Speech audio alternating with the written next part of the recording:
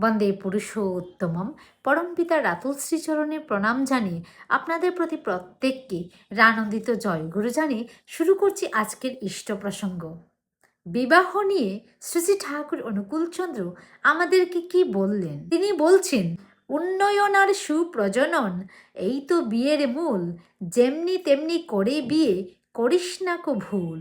বিবাহ মানুষের প্রধান দুটি কামনাকে পরিপূরণ করে, তার একটি উদ্বোধন আর একটি সুপ্রজনন।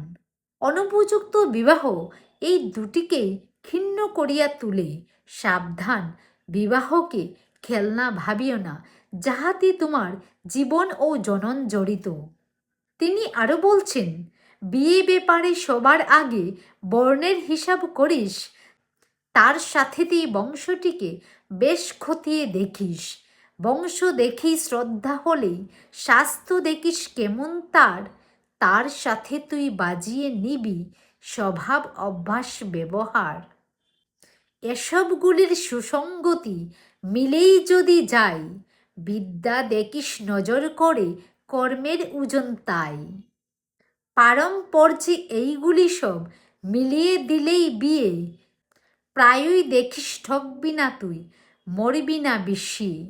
জয় গুরু।